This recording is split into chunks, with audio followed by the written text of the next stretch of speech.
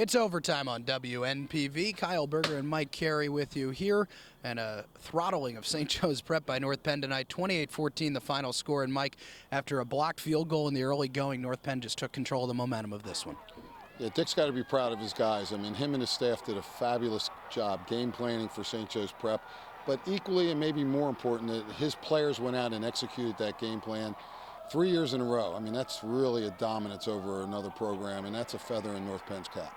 As you would imagine, Coach Beck very happy after tonight's win. I'll tell you, we had a very rough week. You know, a lot of people don't know, but we just really had a tough week.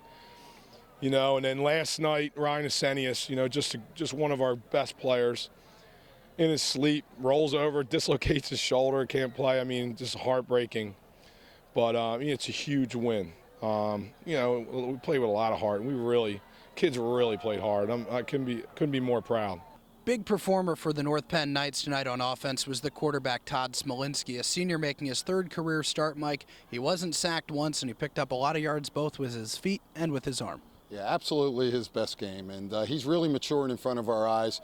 Smolinski executed Dick's game plan, and Dick's game plan was, number one, to get to the edge. Smolinski ran a lot of keepers and sweeps, did a great job. Sneaky fast, as I told you, and runs like a fullback, and then throwing the ball.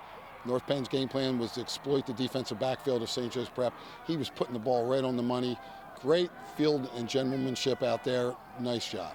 Smolinski telling us after the game he knew he was going to have to be the man tonight, and he was. I mean, we wanted to throw the football, and we saw some things that we were going to be able to throw the football. So I had to come out and do my job. And the offensive line, great blocking up front, and no sacks again for a third straight game. So, I mean, they're blocking well on passes. So when I'm able to sit back there and make reads and throw the ball, it just helps a lot.